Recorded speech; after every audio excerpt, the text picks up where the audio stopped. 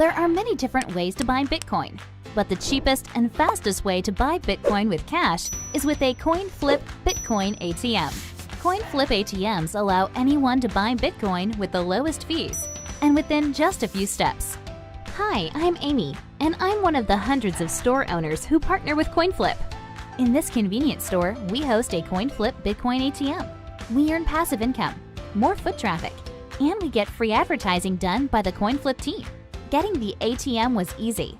We just contact the CoinFlip team at info@coinflip.tech, and they handle everything with no cost to the store owner. This includes installation, maintenance, marketing, and even 24/7 customer service. We just provide a small space within the store. To get your own CoinFlip Bitcoin ATM and join the monetary revolution, contact CoinFlip today. info@coinflip.tech or fill out the form at request.coinflip.tech. 773-800-0106.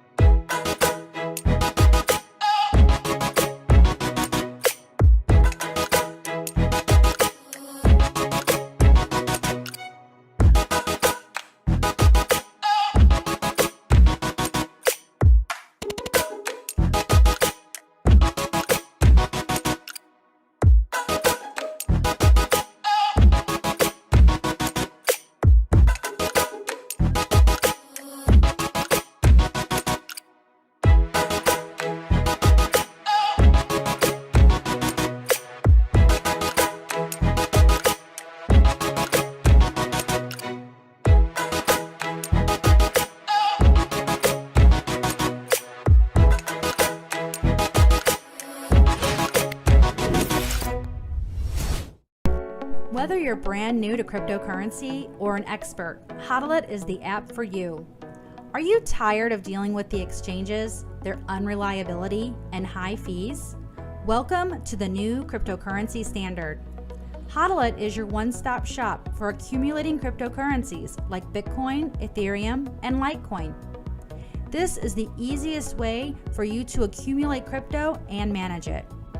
Download the Hodl app now. Create your profile, link one or more bank accounts, set up your dashboard, and let Hodl do the rest. It's easy and fast. Hodl provides multiple ways to purchase and accumulate crypto. Included are advanced automated buying features along with direct market buys. You have total control of your money and which cryptocurrencies get purchased, with options including Bitcoin, Ethereum, Litecoin, Tether, Ripple, among others. Use the Roundup feature to automatically purchase crypto with your spare change after making everyday purchases. Easily increase your Roundup growth by using the Boost Growth option and boost your Roundups by either 2, 3, or 5 times. The Autopilot feature allows you to purchase crypto based on the amount and frequency you choose. Set it and forget it. Buy and sell in real time. The coins you buy are the coins you get. Hodl holds 100% true blockchain purchases. No downtime. Super secure. Lower fees, and you get 24/7 support. Hodl makes it easy for you to create and manage a diversified cryptocurrency portfolio. Look forward to future enhancements coming soon, as well as additional cryptocurrency options. Download the Hodl app today and get started now.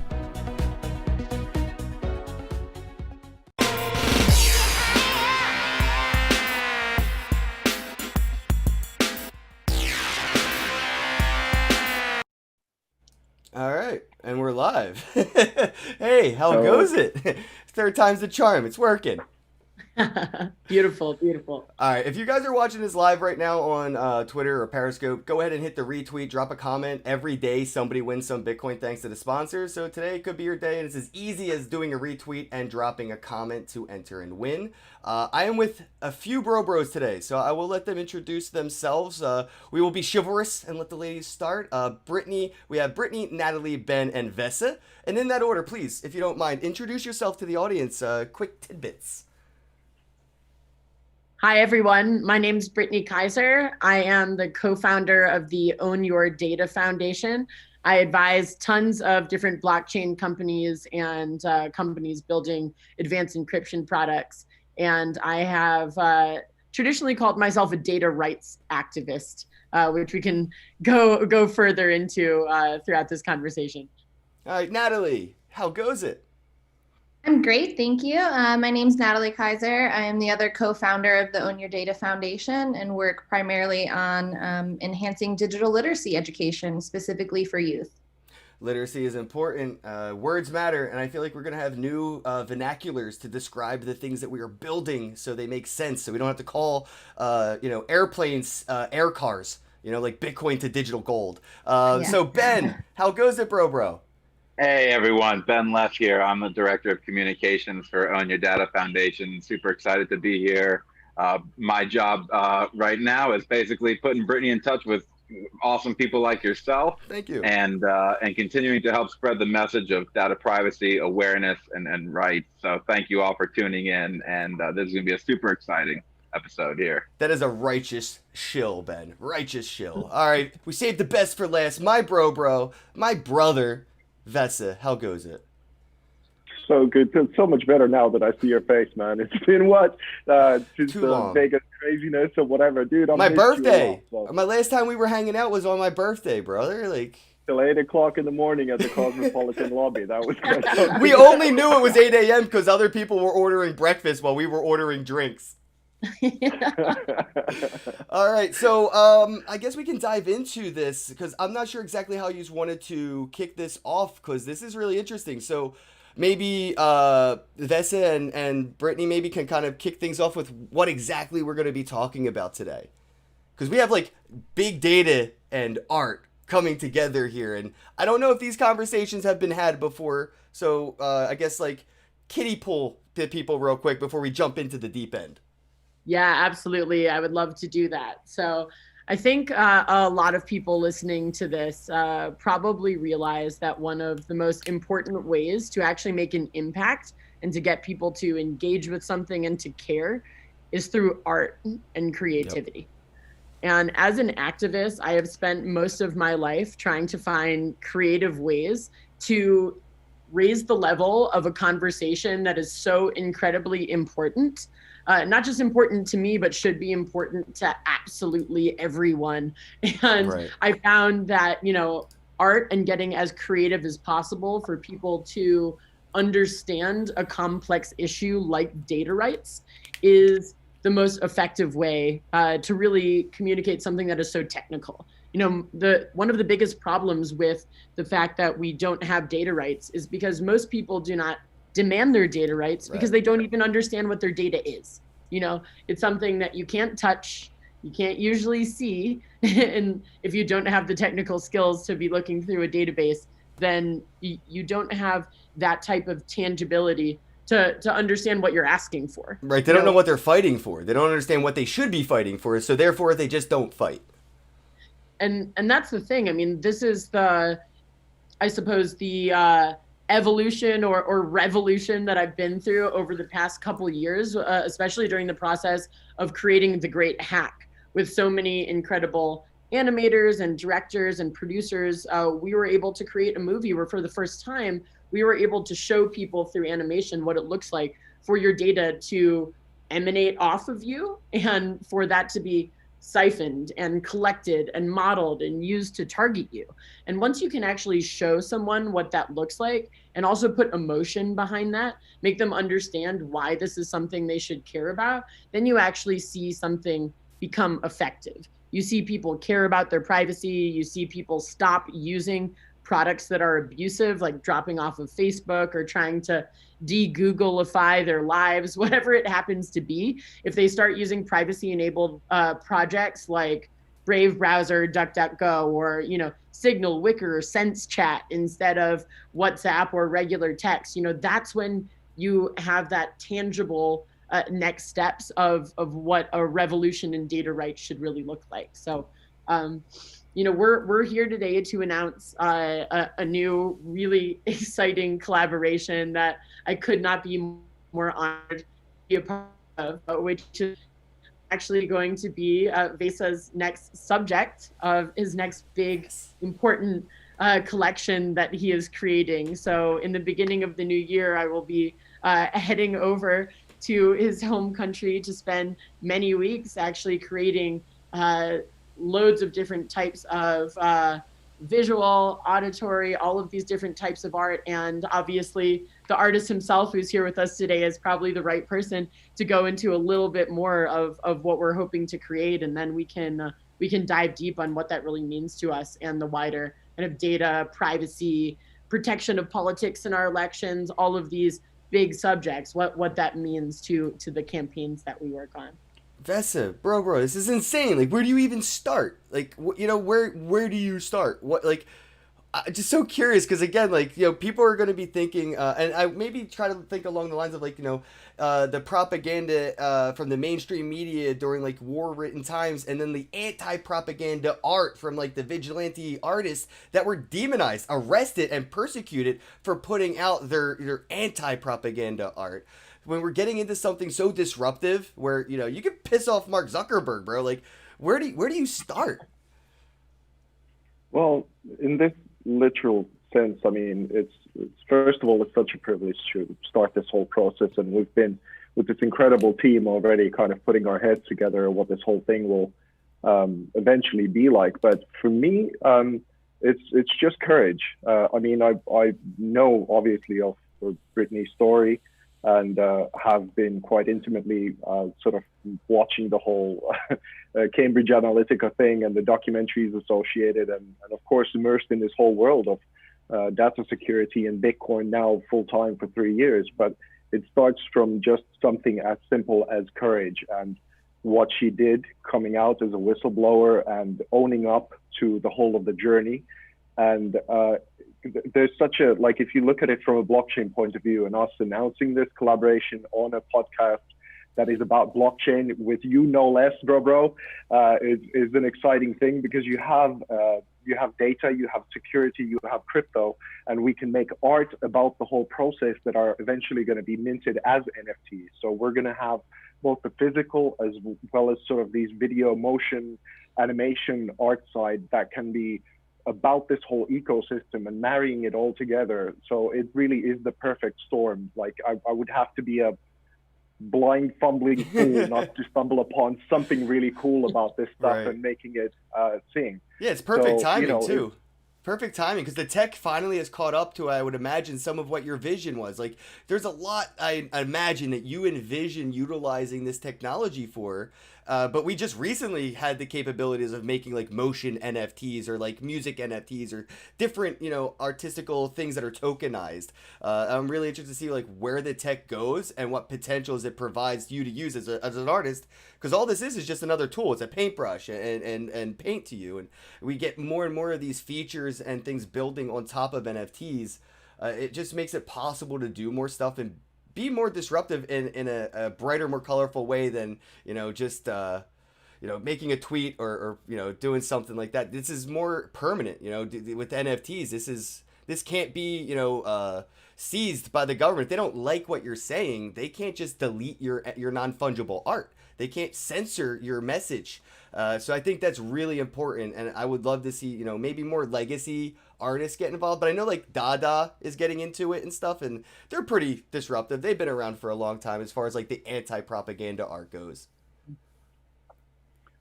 If you guys don't mind, I'll just say something about that, because I was just having a conversation with the Consensus organization in Helsinki with board members there, and they were asking the same question, is how can we get more artists involved? And I said, listen, it's really easy.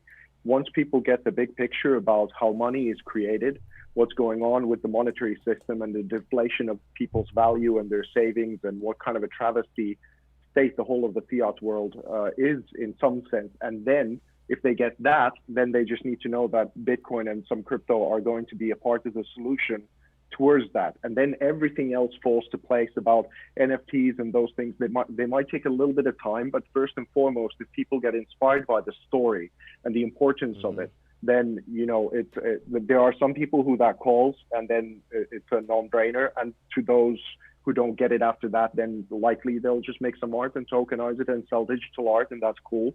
But with regards to specifically the crypto art movement, I think for the first time in the history of any money innovation, you have an army of artists who are substantially supporting a whole movement of the freedom of money and getting out of this very oppressive system that we're under in terms of what's going on with money. So that's the most incredible privileged thing.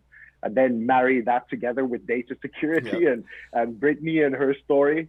Back out of here. Right. And the concept comes pretty close together, right? When you're starting to talk about like, you know, big data or privacy of your data in general, or like data ownership. And then you create this art that kind of Easter eggs the whole concept. Like, you own this art. What does that mean? You have the key. What does that mean? Oh, and then they could take that kind of like a Trojan horse education and apply that to Bitcoin. Very similarly, from these cute CryptoKitty type NFT things to wild and crazy Bitcoin cryptocurrencies.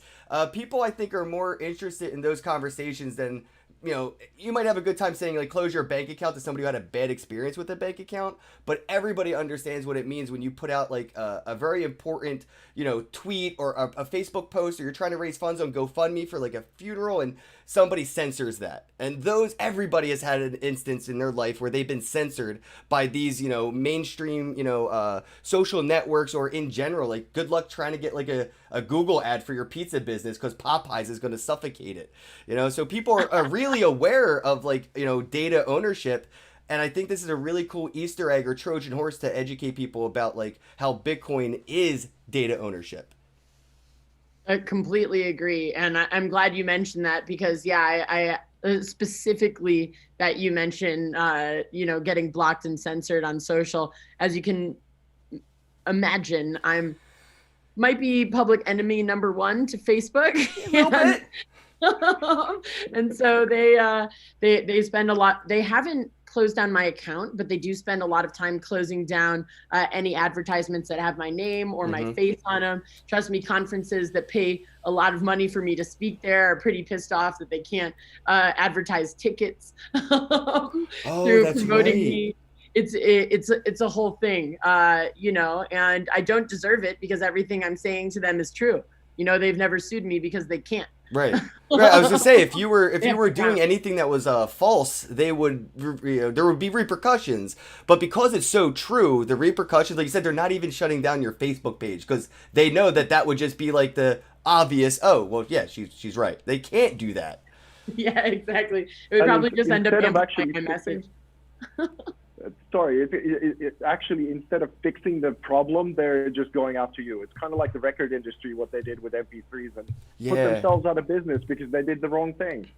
Yep. Yeah, you're absolutely right, man. So I guess where do you both see, you know, this, like I said, with the starting point of it, like where is the inspiration really coming from, and then where do you see it being applied once you are both in like the same room together? I'm just curious, like what the hindsight is in this, or like the vision that you are kind of aiming for. And I know when it comes to art and Vesa in general, like the beginning is not the end. So much will happen from start to finish. But I'm just curious, like, where is this like starting point? Is it with like, you know, with like what I mentioned, like the anti-propaganda art, or is it with like, you know, the more educational, informational, or is it more like subtle and subliminal? I'm just curious, like where you think, you know, the starting point with this would go, and then maybe we can see where it's headed. Well, Vesa, do you want to take that one first? Sure. Okay. I mean, because Vesa, by the way, everybody, this dude created his own currency. Inspired me. By the way, yesterday I created my own currency.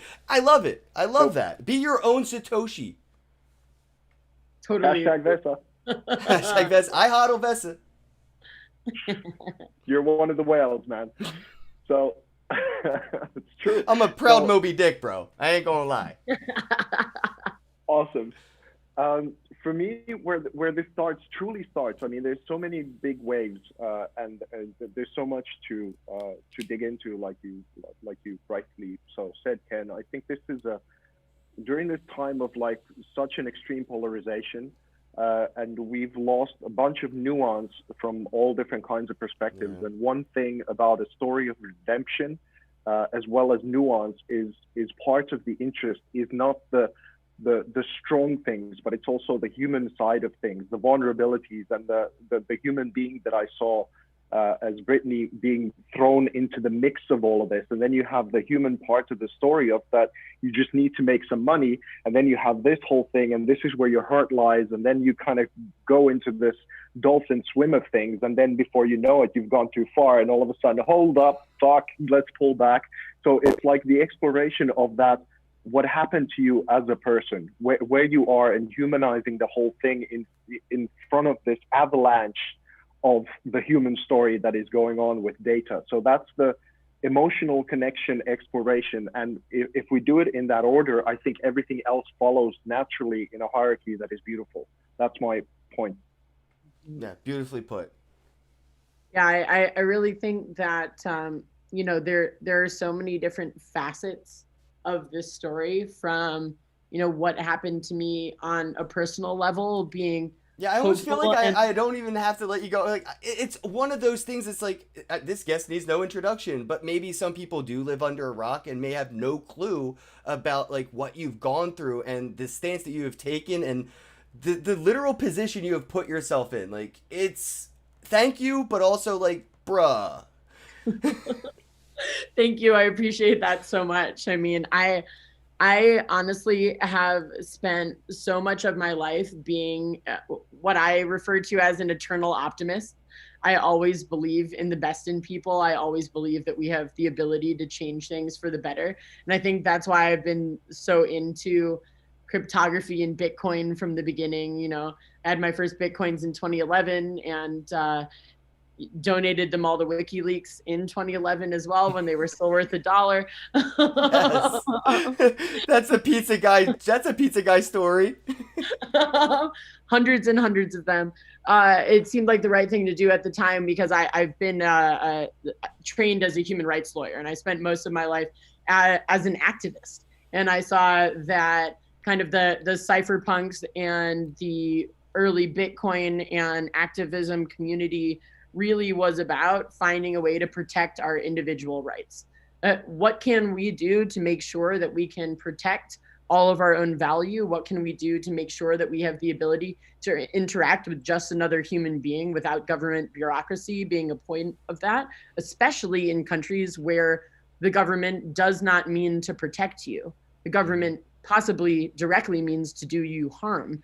And that's really where I came across Bitcoin more in the beginning, in terms of people that were actively using it. It was to protect themselves and find a way to protect them and their families, and actually find a way to, you know, give each other tips, or when Bitcoin was worth enough to actually make payments, to make payments without governments knowing, especially if they were undertaking work for human rights activism, Right. like sneaking North Korean refugees through China, Or like hashtag freedom for Hong Kong. You know, it was really hard for people to donate to the protesters and help them get masks and gear to protect them from their own government while protesting, which happened to be a pretty big story. You know, hashtag freedom for Hong Kong had their own like Bitcoin wallet and altcoin receiving addresses, so anybody in the world could donate to that cause. And I think Venezuela's starting to get a lot more attention as the space picks up the charitable instincts where we want to help people more. And the only reason we don't, we think we do, when you give $1 to Red Cross, you have that feeling, oh, I did good, I helped somebody.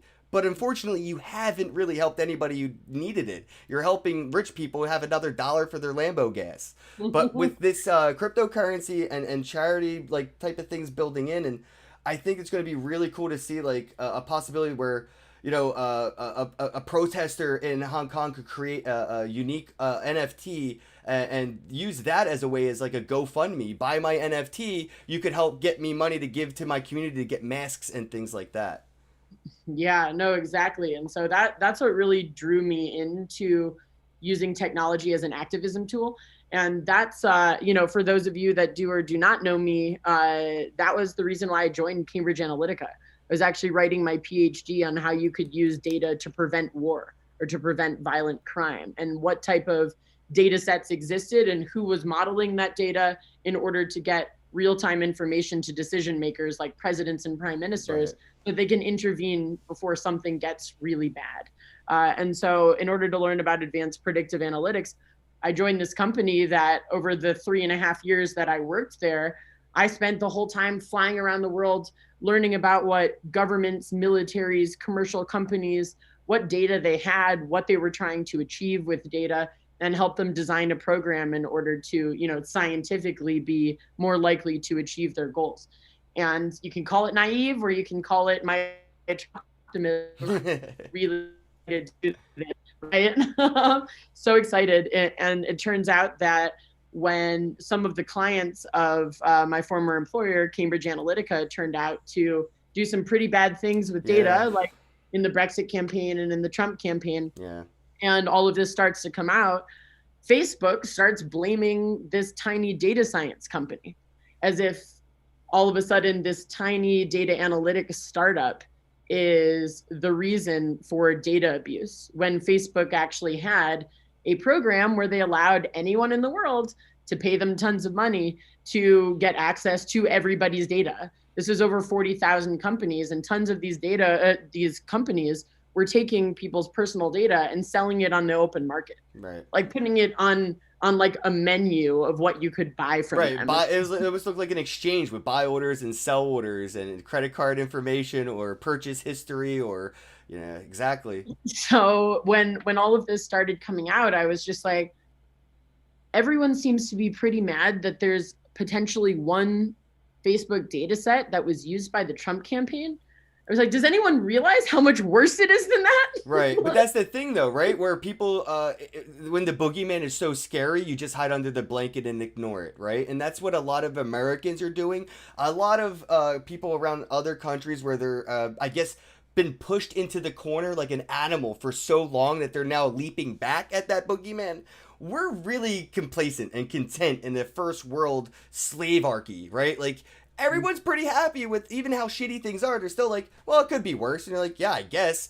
But how much worse does it have to be for you to want things to be how they should be? Not just be accepting of how shitty things are because it could be worse. And so I'm so glad you put it that way, because part of my realization process while I was at that company that made me really emotional as someone who had spent 10 years studying as a human rights lawyer and as a human rights activist my whole life, I saw the numbers that people's data was being bought and sold for. So Cambridge Analytica was paying a couple $100,000 here, a couple $1 million there in order to license people's data. And even though they were, Cambridge Analytica technically was a US subsidiary, but the main company was a foreign company. It's based in the United Kingdom. So a foreign company is all of a sudden allowed to buy the data of everyone in America because we have no laws that protect us. And get this, they're paying millions and millions of dollars every single year to relicense it. Yep. So I'm thinking, if this is one tiny startup, a foreign startup company that is paying millions of dollars a year for our data, what does the actual marketplace look like? And every single rock I overturned, it made it very obvious that this was a multi-trillion-dollar industry. And near the end of my time at Cambridge Analytica, The Economist comes out and says, you know what? The value of data just replaced oil and gas as the world's most valuable asset.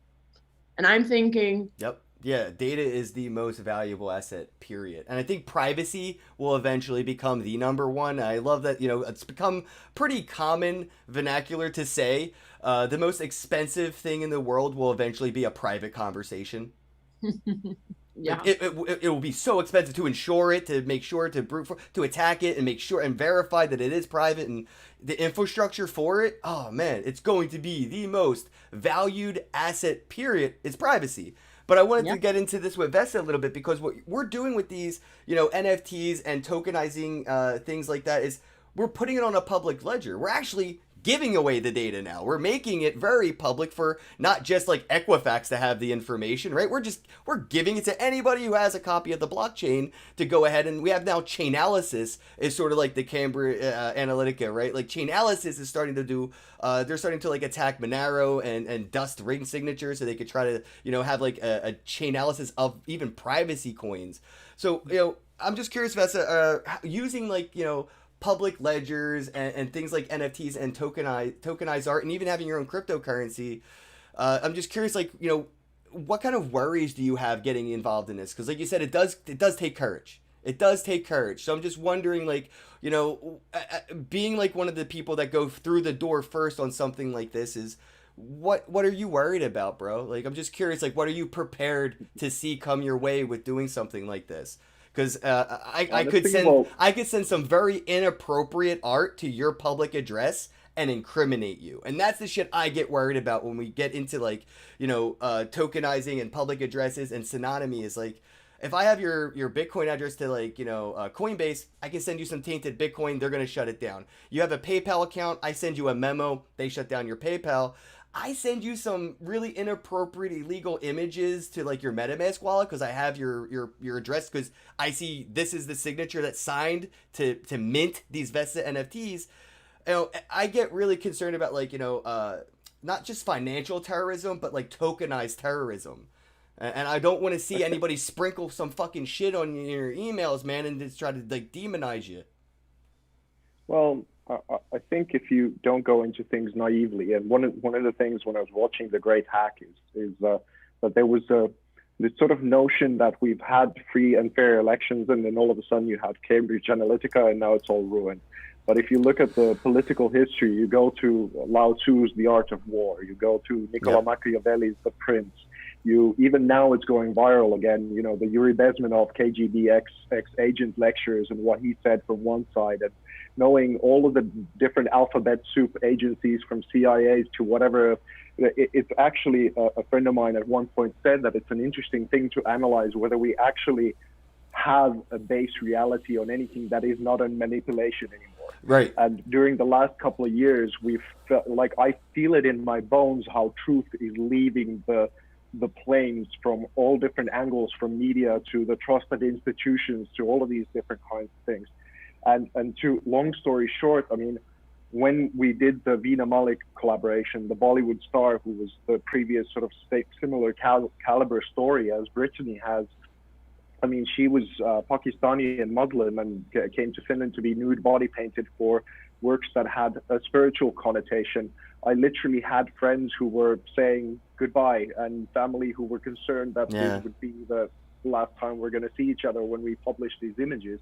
So it's like the Knights of the Round Table. You always go to the forest where it looks darkest to you. And I just go with the best intentions, as in that we're here to do something important for art and something important for people. And if art has any relevance, if it actually has a function as opposed to a rock on a pedal in a gallery, it should be commenting and assisting nuanced conversations and enlightenment across, in areas and topics like these.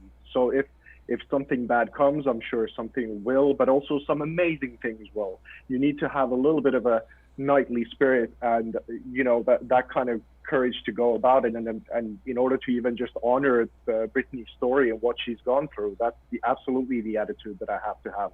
So fuck it, man, come what may. Yeah, and that's exactly, I guess, the mentality you have to have, because you can't do anything about it. If something like that does happen, you have to go in with like, yeah, fuck it, because I'm here to do what I need to do, and I have the best intentions, and that will be visible to those that matter. That will be seen. And people have started to notice the whole like fake news or sort of like agenda oriented information. It's, it seems like, and a lot of it's like, the conspiracy theory taboo isn't so taboo anymore. Having like a conspiracy theory, even just like a year ago, was like, kind of weird. But even the mainstream media has jumped into the conspiracy theory boats, because they're using this data to change the narratives that the mainstream wants to control. When you're starting to use Facebook data and all this information to try to steer an election for president in the U.S., And the president's like, wait, I'm not on the receiving end of this. This is actually against me. Oh, there's a problem here. So I think they're like, even like, people as high as Trump want more privacy. This is why we've seen him get involved with things like TikTok and what's happening with like WhatsApp and stuff. It's like, yeah, he's getting more involved because he's realizing, even as big as he is in our government, the data that he's leaking is being used against him. And he wants data privacy now. So now we have politicians, senators, governors, and the fucking president of the United States protesting these companies that are stealing data. He's like, we gotta ban them. We have to regulate them.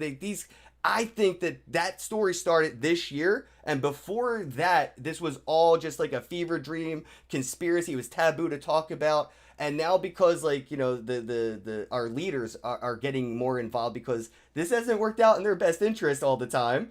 We're starting to see this get more credibility, more and more credibility from the mainstream, from our leaders. And then we see our peers starting to get more involved, where they see micro censorships. It's not even macro right now. You could have a group page on Facebook for like CBD for your kid because they have seizures. Facebook doesn't agree with this. They delete that whole group. And now where do you go to get these, information that's otherwise not on the internet, So I think that the conversation is really starting to pick up, and I wanted to see where like Natalie thinks this is going as far as like the foundation, and where like a foundation can really help those, not just like the macro and the individuals like myself, but also we could help the politicians and our leaders own their data, and we could do more for them. So Natalie, if you could elaborate a little bit on the foundation and maybe some of the vision or goals that you have for doing some kind of like movement against big data, but also involving big data as well. Yeah, absolutely. The foundation is focused on digital literacy education, and we really sought a way to seek systemic change within digital literacy education. And for us, that meant starting young. We partnered with the DQ Institute, which has created a curriculum, a gamified online curriculum for 8 to 12-year-olds that teaches a full spectrum curriculum on digital literacy and citizenship. We saw this as a way to really educate the youth, but then also transform that as their parents get involved, their teachers get involved. It's a multi-system outreach where if you're starting young, they will grow up with that instilled within them. The morals, the ethics, the guidelines of that will transfer into the next generation. But with that, you're really involved. We see so many parents who are wildly concerned, especially with all learning because of COVID being transferred virtually. Yeah. This is a massive issue, not just connectivity to have access to education, but are they safe? Is this connectivity learning environment, this virtual learning environment, putting them in a lot more danger than you would see in a classroom? Right. Absolutely. So we are attacking this from multiple aspects, but see that as really a way to see systemic change within it. I think that's perfect to aim at the kids. And I say that a lot with like mass adoption, is stop trying to make this grandma friendly and just get the kids used to it the way it is now. It's fine the way it is. Make it inherently natural and understanding, to a common person because they're so familiarized with it. And kids today could pick up an iPhone, a 5-year-old that never even seen one, and intuitively know how to engage with that hardware. And I think that we have to start doing that more along the lines of with software. So that is a perfect demographic audience, especially, trying to just make it a natural thing to understand, like you should own your data. Why?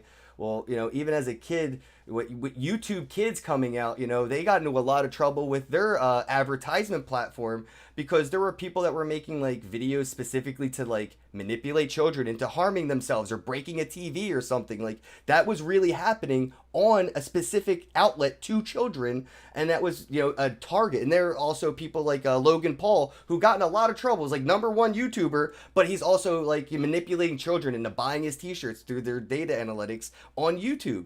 And parents are starting to get pissed off about their kids being brainwashed with fake news and shitty advertisements, and then it's like, you know, people are starting to realize the internet might be raising my kid a little bit more than I am. I should probably be more proactive. And that conversation, again, is just starting to pick up. So you guys have the perfect in, because it's not like you're trying to fit a square peg into a round hole. This is a very common problem, and it's becoming more of an aware issue. And people are now starting, like I said, it's not a conspiracy theory. It's not taboo. It's more natural progression. People are starting to get more involved with their own data, and especially with their kids. They don't want to see their kids being taken advantage of. And that's the first line of defense. If we can't protect our children with the internet and with data, how can we protect ourselves? So I think you're right. It does start with the youth. And I wanted to let Ben chime in here, bro, because you've been a little silent. I want to let you get in some words.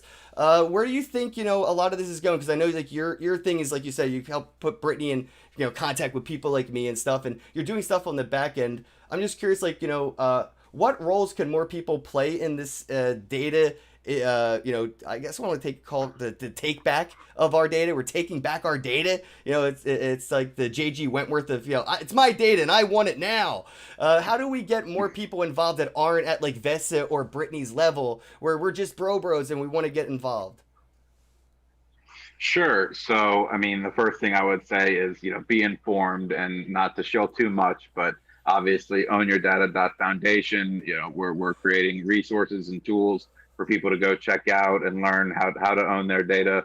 The DEQ Institute, which was just recognized as an IEEE standard, so it's a global standard for digital intelligence. We're partners with them. So not only does it teach parents how to educate their children on responsibly and safely utilizing the internet and managing their own data, but also to understand the dangers of what are out there. So for me, it's much more the mass adoption side is where I see it coming in. It's informing others when they may not have the ability or know how to inform themselves, or they may be in places that information is censored. The Great Wall of China, you know, cough.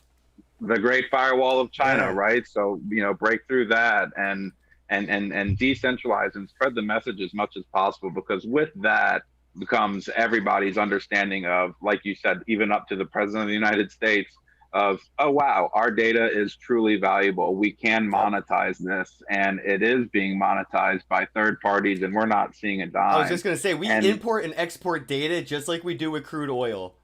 Absolutely. More so, where there's more money in our data than there is in crude oil. So, you know, in the end, you know, my personal objective here, and something I'm honored to be working with Brittany and Vesa on, is this, like you said in the beginning, this crypto, blockchain data, and art collaboration. You know, that's really incredible to see come together. And we finally do have, I believe, the technology and the talent and the knowledge to build these exhibitions and collaborations.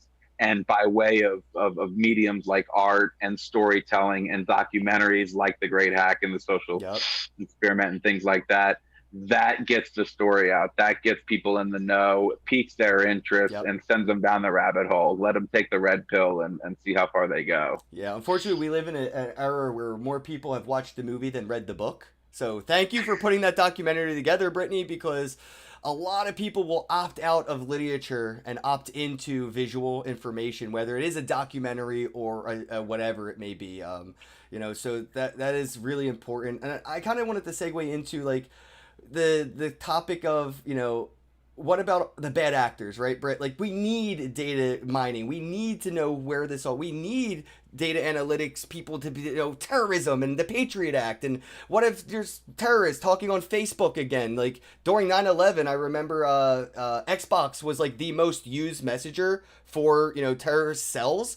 And it was through like Halo and fucking Call of Duty that they would get together and have their, you know, terror cell meetings. And because we had data that we had access to, we could track that, right? So what about the bad actors? Like, if we have privacy and everybody, you know, privacy is inherent, how do we know that bad actors won't be the most to value this and to be the most beneficiaries of owning data, as opposed to governments having, you know, inherent access to that data?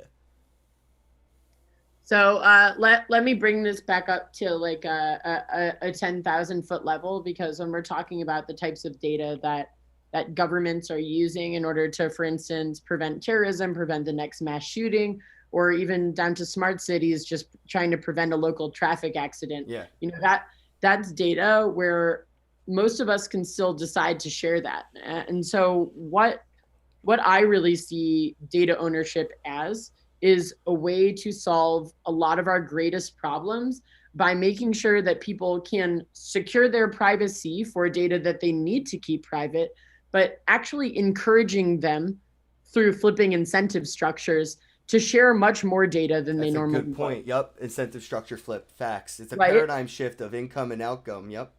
Exactly. And so if we are incentivized to hygiene data sets and then Love share that those word.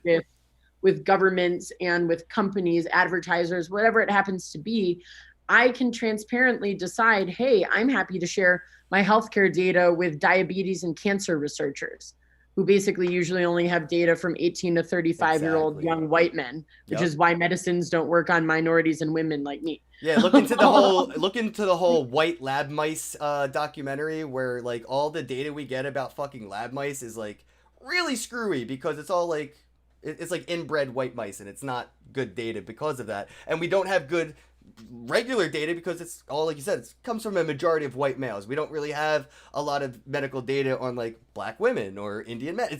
It is somewhat of a bottleneck of an issue for sure. And to incentivize people to opt in, like, oh, I have diabetes, I could give my insulin check with IoT to a blockchain and get rewarded for sharing that information. We would get more, and this is, I think it starts with IoT, because garbage in, garbage out's always going to be a problem, but we're incentivizing people to build these infrastructures of devices that will be like the hardware wallets of our data.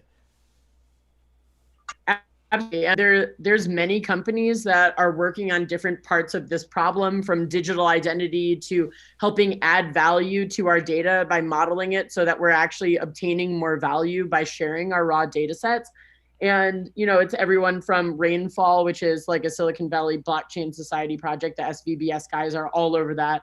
Very cool. I finally got here my first ever Clear phone, which is the first Own Your Data phone. It's an amazing Utah company that I'm so excited about it. It runs on its own blockchain-based OS, where if you choose to share any data, it comes with a Visa card, a debit card, where you get paid for the data that you share. And you can actually use that card to pay for things. So when I meant bring it up to the 10,000 foot level, the emotional part of me really believes, and the activist part of me really believes, that we are not far away from every single person on planet Earth being able to at least feed themselves every day with the value of their data. Yeah, we don't need UBI. With the amount of data that we give out, bro, everybody makes UBI with just tweeting a tweet or watching YouTube or turning on Netflix. You have literally given away so much value that you could have paid your rent if they would only let you opt in. And what you're doing, or with that card and that phone, that's going to be the incentive model for people to opt out and opt into the new structures. And that incentivizes more people to start paradigm shifting their profit models, where they need to restructure their entire profit infrastructure, because this isn't going to work. People will, and I've said this before and I could be wrong and I hope I am not, but I bet within the next 2 years, Netflix will be paying me to watch Netflix, and I will not have to pay Netflix to watch Netflix. That's how I see data paying me back. And that's why, I'm also campaign manager for Brock Pierce for president. Brock the vote. Brock the vote, y'all.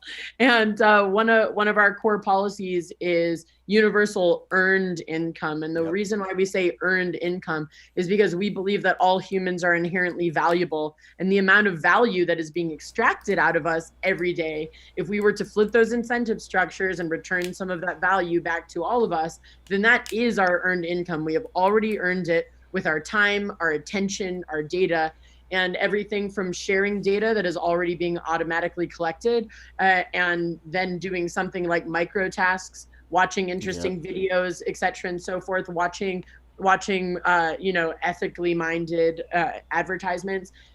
All of those interactions, all of that engagement is us providing value to a variety of researchers, companies, advertisers, brands, whatever it happens to be. And so there are already value chains that exist to ensure that all of us can support our basic needs and human rights every day. And this is the type of thing that just makes me so excited because I really think we are on the precipice of something amazing. When you see people using, Brave browser and now Facts. .com instead of Facebook. I have an Uphold card. So my Uphold card gets bat just because people watch my, YouTube videos or parrots. Like even on Twitter, Basic Attention Token works on Twitter with Brave. So my Uphold card gets bat just because people visit my Twitter page. Yeah, it's so great. It's so great. And so like most of the ethical technologists that actually care about making a positive impact on humanity that I've met, especially in the blockchain space, are creating such beautiful products and services, software, hardware that actually ensures that we can protect our own rights, own our own value, own our own data, and therefore can improve everything else because we're actually going to be incentivized to share data that helps governments, researchers, and companies make better decisions and offer us better policies, for instance, for governments or products for companies. This entire structure, as soon as you get more transparent and you give more opt-in and ownership to individuals, everything actually gets better. And the only people who are fighting against this are the people who own the majority of our value right now. Yep. Yeah, that's the thing is they have a lot more to lose than to gain. Unfortunately, we have a lot more to gain than we have to lose. So it's going to be, I feel, like a virtual version of the Revolutionary War. We will see in 10 years from now a historical event so relative to a war, but fought virtually through their opt-ins and opt-outs. And I actually talked to a lot of people that intentionally feed garbage to these data centers and to Facebook and Twitter just to intentionally fuck with their data. They just set up a bot that constantly looks up cat videos on YouTube because I don't care. I just want YouTube to think I'm really into cat videos. If I throw that garbage in, all they have is garbage out. Now I can taint that data. But with what Vesa is doing with these NFTs, I wanted to get into how this could be used, like what Brittany's saying with monetizing it. Like I've already seen it where if I hold specific NFTs in my MetaMask wallet, people run airdrops. So I think that there could be something really big behind a lot of this this awakening art or this informational art, that could be used to reward people who have, supported people like you by buying that NFT. I could randomly get an NFT airdrop from Brittany maybe because I'm a mint holder of a Vesa NFT or, X, Y, and Z moving forward. So I guess to kind of segue into the other side of worrying about the ledger being too public, a lot of good could come out of it. Like Brittany was talking about with earning your UBI rather than just, handing, give me. It's you earned it. You earned it with Facebook. I'm earning potentially by hodling Vesa. I'm earning by holding your NFTs, whether it be by scarcity or by interest, or it could even be marketing. People want to get to your holders, people that have Vesa vision. They're going to want to talk to me directly. And because my NFT wallet is public, they can do that. They can reward me for rewarding people like you for doing good. So even the supporters of the people that are leaders in this space right now, like you, I'm getting something back out of it. If not today, inevitably. So I'm just curious, I know you know this, and it's hard to talk about cryptocurrencies and things being of value. It's so sketch because the scammy shit, but it's inherent. It's because of the scarcity, because of its open ledger, that things inherently have value. And I've seen your work increase in value 10x after 10x. So I want to support you, not just because of the vision, but also because I can monetize that support. And I'm wondering, how do you see people using your NFTs as a GoFundMe, where I could just say, oh, well, instead of giving Vesa $1,000 in cash or in Bitcoin, I could just buy a $1,000 NFT. That's a donation to Vesa, and here's my receipt that I could potentially trade somebody for their receipt for maybe supporting Brittany. And now we could swap receipts that we have proof of support. For sure, man. Proof of support is really cool, but let me give you a vision, because this is the second big announcement that is co-intertwining with this incredible team. How about this, by the way? How can this art project be anything but a stellar success with a team like this? I mean, that's just the dopest thing, first and foremost. But the second announcement is that there's a company called Coloro in Helsinki that is a print factory and a print company.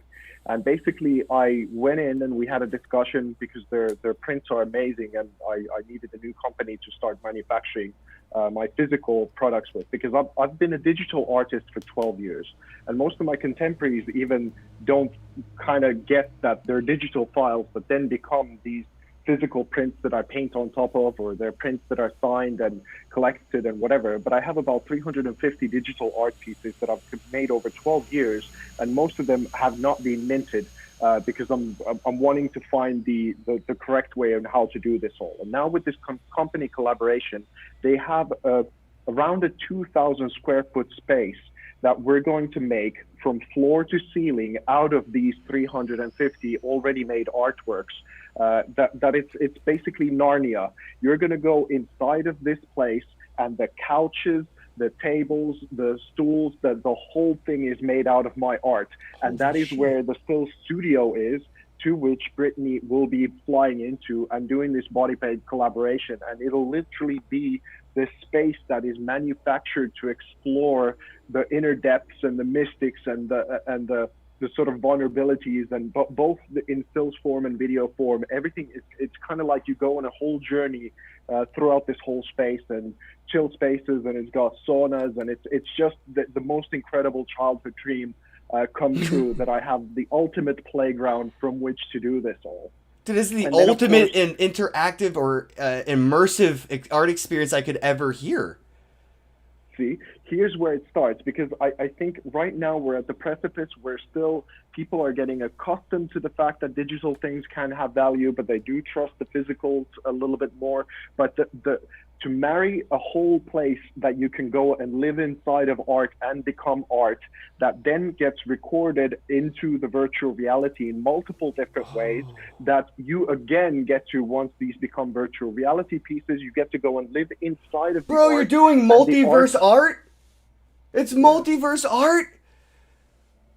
Yeah, it's the different dimensions, and you can have, like, let's say inside of that studio, there's an art piece that you scan with your AR device, and all of a sudden that pops up as a movie that you can watch. And of course, eventually we'll have like Oculus Vive and whatever, and start to make some virtual reality pieces. And then again, you hop from this universe to another art universe that is virtual, and then you can come back to the physical one. So this is, I feel like Charlie in the chocolate factory type of thing. You're like the Doctor Who of art right now, is what I'm hearing. Anybody else feel like they're going to step into a Tesla to go experience art? Because that's what it sounds like. Or a Tesla. Yeah. Dude, that is amazing. DeLorean. DeLorean, thank you. I'm like, I knew I was missing the word there, but I'm like still visioning, trying to like experience what he's talking about, and I'm dead ass FOMOing for the experience. Dude, just picture like Decentraland or Crypto Voxels when you're going through, and it's metaverse on top of metaverse. So wherever you are in the world, you can always go see these pieces, even if they've all been bought up physically. Brittany's entire exhibition will still be in a wing of these metaverses. A lot of people may not know how like these crypto voxels or like Decentraland kind of environments work, but they're so amazing, and it's like barely the tip of the iceberg being utilized. Where like I actually have a free Ross NFT that I bought, and it was a physical NFT. I ripped the QR thing off, I scanned it. Because I have a free Ross NFT in my MetaMask wallet, I get to go to the free Ross building, and without that NFT in my wallet, my avatar can't walk through the door. So I could see a Vesa art gallery that if you're not a Vesa holder of any NFT, you may not be able to walk in. And maybe there is a free gallery that may help you go through like a gift shop that maybe incentivize you to pick up the NFT to go through the rest of the art gallery, where you can now make like actual physical, almost like virtually physical experiences out of these things, right? Like with the headsets that are coming out from Facebook or whatever. It's just, no, I'm not cool with that one. I forget the Oculus. Not a big fan because they made you have to have a Facebook account in order to use it. Not a fan. The PlayStation VR is really cool. HTC does it, but what this is doing is like a physical virtual experience, and that I think is so nuanced, bro. It's going to be, I hope that it goes over well, but it may be so nuanced it could take a while for people to catch on. I'm curious what your thoughts are. Sure, but that's the time frame, is that whoever maybe finds the digital thing a little off-putting, then you have the physical side to explore, and you're still completely immersed. Because I think that's the whole thing of what the ultimate artist dream is, that you get to invite someone to come into a whole world. And in this particular case, because it's Brittany's life story, then you're immersed in a safe space, as much as I kind of, in one way, the political conversation I'm not a fan of. I think you should be tested, but in this kind of way, it is the space where you can really put yourself in that space where you know you can explore things and then record them and put them into art and make them come alive in a certain kind of way. And it's gradual. You can find your own thing within this realm that you'll be comfortable with. And eventually, I think, because it took a while for me to be comfortable. I mean, I've been in the crypto space for 3 years before I was comfortable to start my own token, and I don't want to even list it because I want it to be a part of my own ecosystem and sort of safely explore it to the point of where I feel that, okay, now it's contributing something that is of true value to someone. It's backed up by this whole realm that we've put together. And then people might be at some point inspired to feel like, oh, I get it now. You know, like, because the first time when I went to Crypto Voxels and I saw the space, I'm like, okay, so this is kind of like a clunky video game from like 2000 or something. What the fuck's going on here? And then first all impressions aren't everything, that's for sure. Right. So but then I went to my first meetup. I thought, you know, like these skins on avatars, I'm like, that doesn't like make any sense to me whatsoever. And then I had my first meetup, and then I realized, oh shit, I'm nude. And then the psychological effect of it like hit, and you realize the social aspect of these spaces and what you're going to be doing.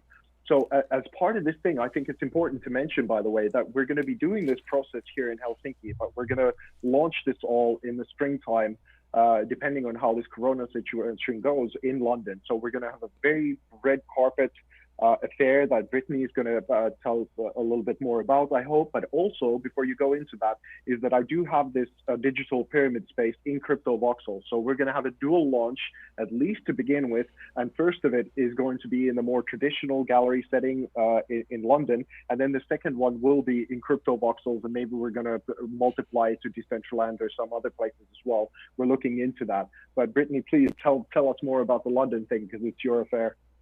Yes. Yeah, absolutely. So I am so excited to spend quite a few weeks in Finland. I'm going to properly take time off from my insane schedule and really go deep with Vesa on this, so we can go from, you know, all the different aspects of this story. You know, the emotional side, like the political side, the technical side, like all of these different parts that... Well, it's not just a story, it's your life. You know, I'm about to walk into Brittany Kaiser's life when I go into this gallery. You know, it's not just a story. It's what, like, the documentary was one thing, but this is... I feel like, you know, have you ever seen Being Joe Malkovich?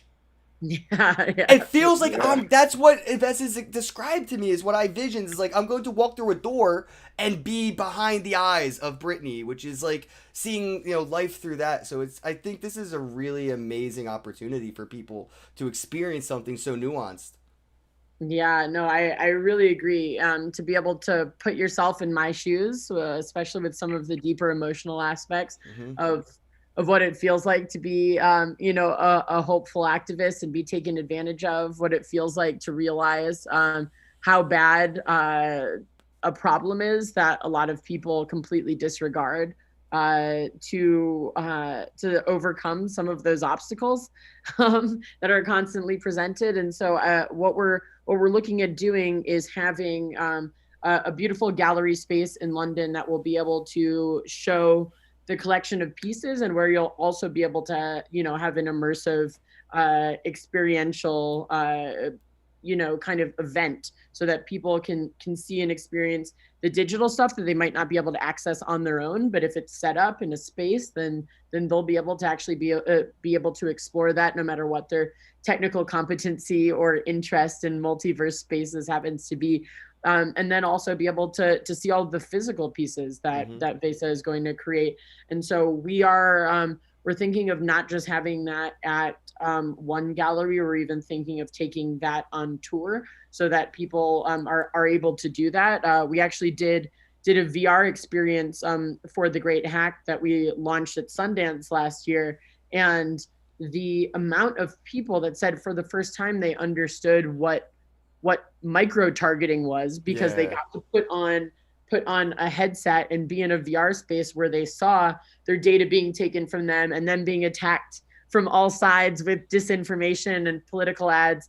The being able to land the plane for people of, the intellectual and emotional experience that I've gone through over the past few years, and what that actually means to the privacy movement, what that means to blockchain, what that means to our political system.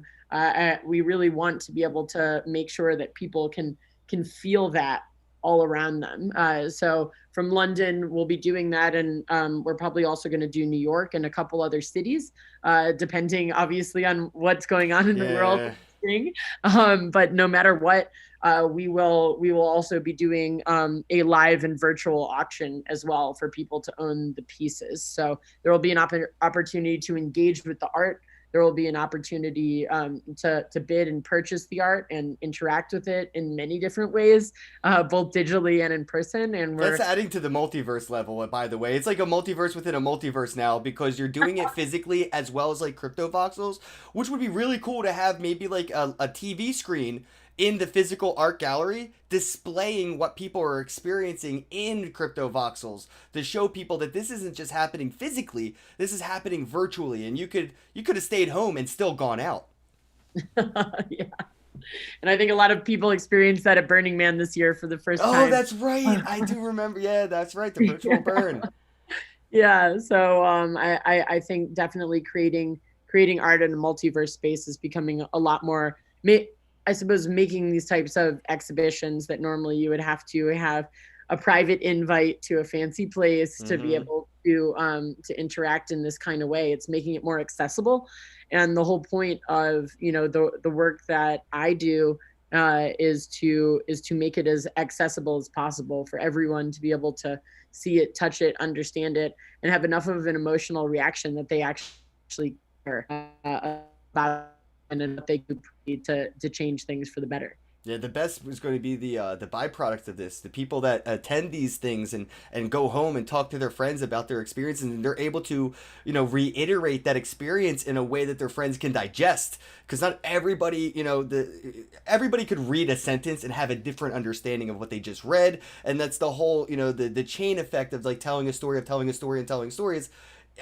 Somebody leaving this experience and figuring out, wait, now I have to describe what I just experienced to somebody that I know, like, I mean, I'll be honest, we've been in the space so long, we don't know how to do that.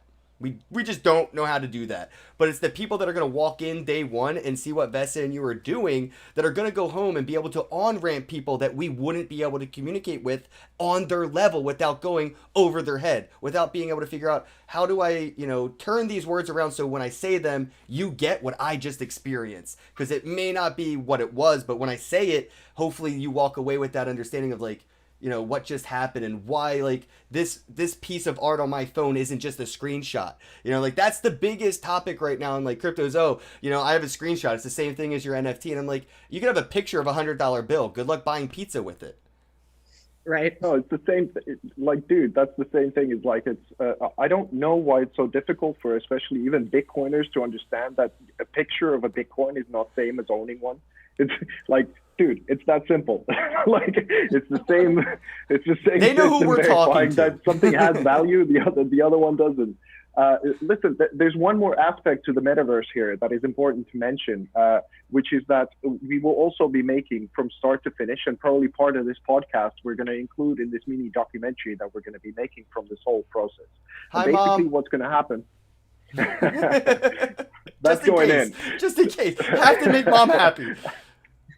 So we're first, when Brittany comes over here, some of the podcasts that we're going to do and everything, that's prime material for this mini documentary. Ben's lovely wife, talented videographer, is going to be doing the documentary stuff, and I'm sure there's going to be a bunch of press things that are happening as well. And at the London show and at the virtual show, we're going to showcase the first segment of this whole journey, what we've done when we're going to be doing the auctions and all of these kinds of things. And then we're going to, of course, shoot the auction itself And that will then have all the sponsors and all of the involved people who've helped us make this, because this thing is not going to be cheap. We're going to be needing some of the help of the community to come and on this journey with us.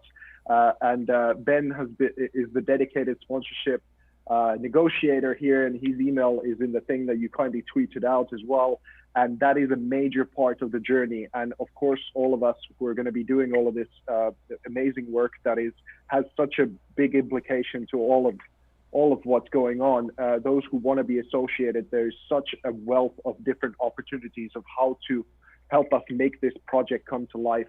That, maybe Ben, if you want to say a couple of words about that. Yeah, I'll chime in a little bit before Ben gets in. Maybe, make a Journey token NFT that I could buy for like $100, and that's just me. I don't want anything. I just want to give, this vision, some money, some, opportunity, right? So maybe there could be like a Journey token that people that aren't like a company may not be able to sponsor a huge amount, but individuals like myself will be able to like, oh, well, I want to be a sponsor. Maybe I could buy a sponsor NFT or something to help in a micro way help make this possible. Maybe the Vesa tokens could be Vesa tokens. See, that's what I'm getting. I didn't want to shill your shit because you didn't want to, but that's why I love what you're doing with Vesa, okay?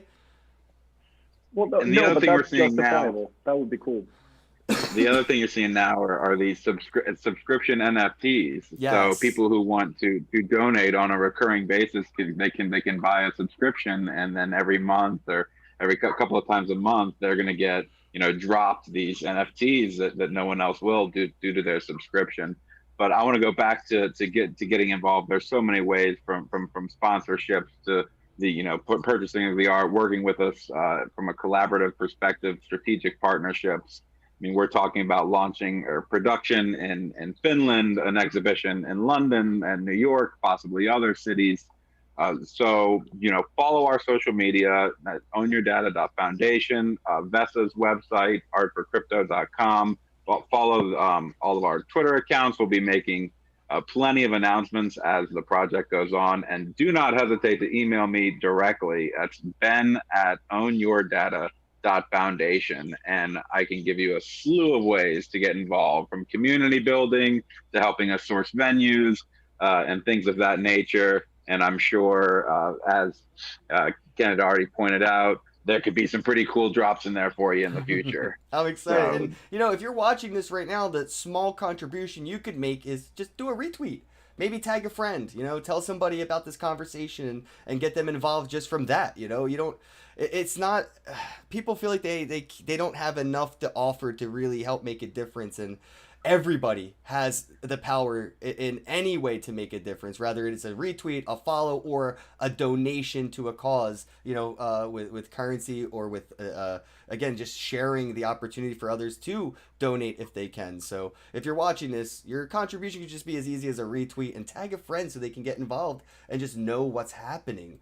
I want to give everybody a chance to do final thoughts, anything that we want to make sure that we mention, go over, or any topics that haven't been touched on.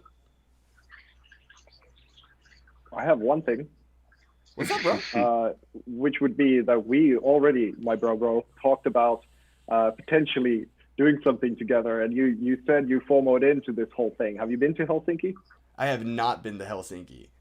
I've been all around the world, but not top to bottom, just around the equator part. Once the things calm down, there's a bunch of crypto people here who'd love to see your face, and I'd love to show you the studio and maybe splash some paint on you as well. Yes, we did have something planned for Vegas, and unfortunately, life happens. Things happen, and I couldn't make it out there. Rest in peace to my brother and cousin and my dad and everybody, man. It was just a crazy time, but I really wish I could have made it out there, because so now maybe things have timed out to a perfect event. Maybe I could come out and do this. So yeah, that would be amazing, bro. Pronoia. Yeah. All right, Natalie, anything you want to drop? You have your 2 sats you want to get in? I'm just looking forward to this project and seeing everything that it can create, and getting really excited about just seeing how it can grow. And as we've discussed, there's so many multiverses involved that just looking forward to seeing how it develops and working with this amazing team. Yeah, I you know what I think, like, maybe it's too big of a thing or whatever. But I mean, I hope Banksy sees what the fuck you're doing, Vesa, and realizes, oh shit, I could be, Vesa's gonna be the next Banksy. I don't give a fuck. I don't care. But Banksy should be inspired by you, bro. Like, you know, and that's what I hope really comes out of this. Like, you inspire artists to really use the technology at their fingertips that they have been ignoring for the past decade. And that you've been immersed in for the past 3-4 years. Like, you are an inspiration to not just people like me that like art and appreciate it, but also people who create it. And I think that you could start a huge wave of adoption into art being done in this nuanced way, by, you know, making a community around it, making it immersive, and storytelling in such a different way that isn't possible with legacy technology. So I think the best thing that's going to come out of this is like the shit we don't know other people are going to do to compete with what you're doing. Means a lot from you, bro. And you're right. I'll sit down with Banksy and high five, and let's see if something comes up.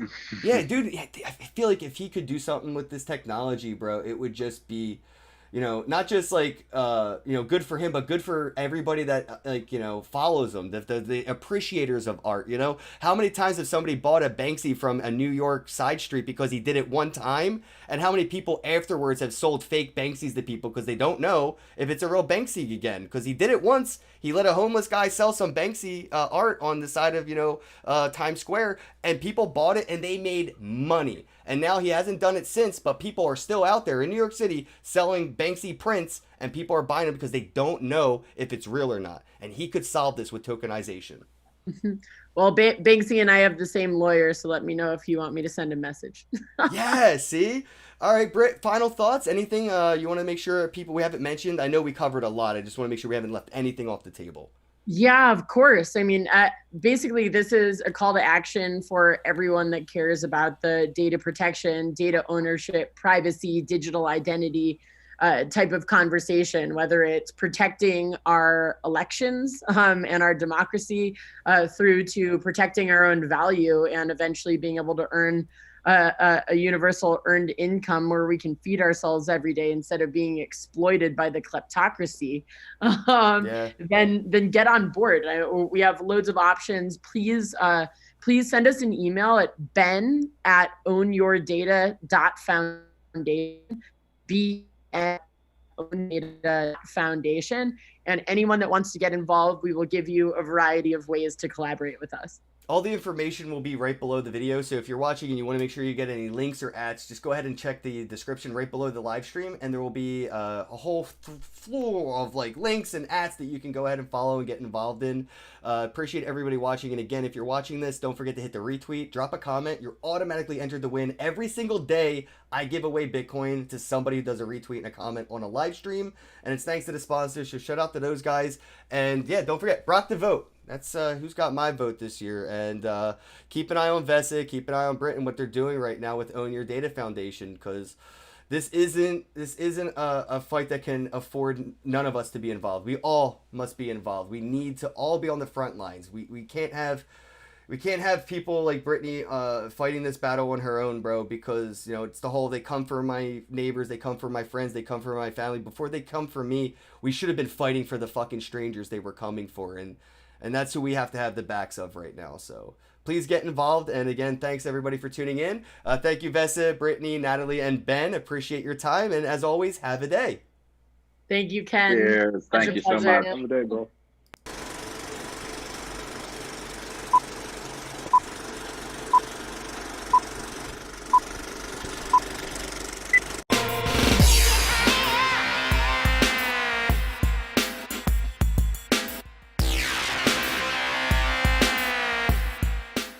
There are many different ways to buy Bitcoin, but the cheapest and fastest way to buy Bitcoin with cash is with a CoinFlip Bitcoin ATM. CoinFlip ATMs allow anyone to buy Bitcoin with the lowest fees and within just a few steps. Hi, I'm Amy, and I'm one of the hundreds of store owners who partner with CoinFlip. In this convenience store, we host a CoinFlip Bitcoin ATM. We earn passive income, more foot traffic, and we get free advertising done by the CoinFlip team. Getting the ATM was easy. We just contact the CoinFlip team at info@coinflip.tech, and they handle everything with no cost to the store owner. This includes installation, maintenance, marketing, and even 24/7 customer service. We just provide a small space within the store.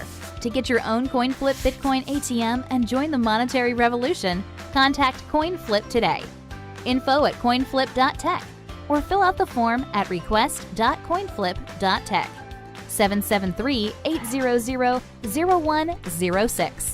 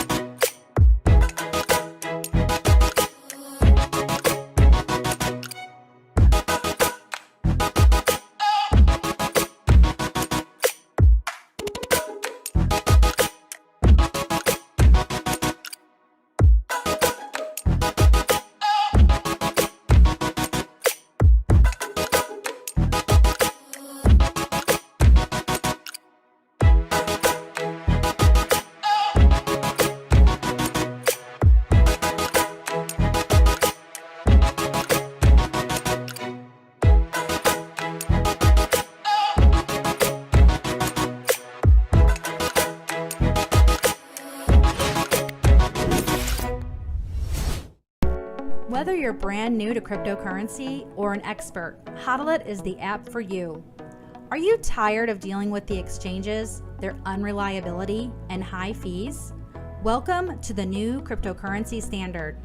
Hodl is your one-stop shop for accumulating cryptocurrencies like Bitcoin, Ethereum, and Litecoin. This is the easiest way for you to accumulate crypto and manage it.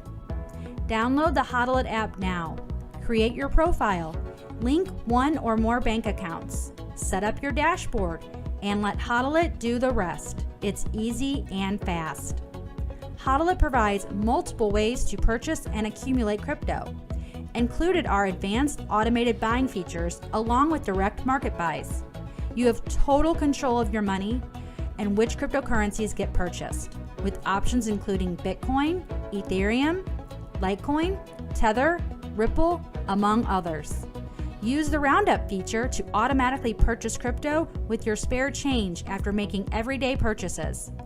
Easily increase your Roundup growth by using the Boost Growth option and boost your Roundups by either 2, 3, or 5 times. The Autopilot feature allows you to purchase crypto based on the amount and frequency you choose. Set it and forget it. Buy and sell in real time. The coins you buy are the coins you get. Hodl holds 100% true blockchain purchases.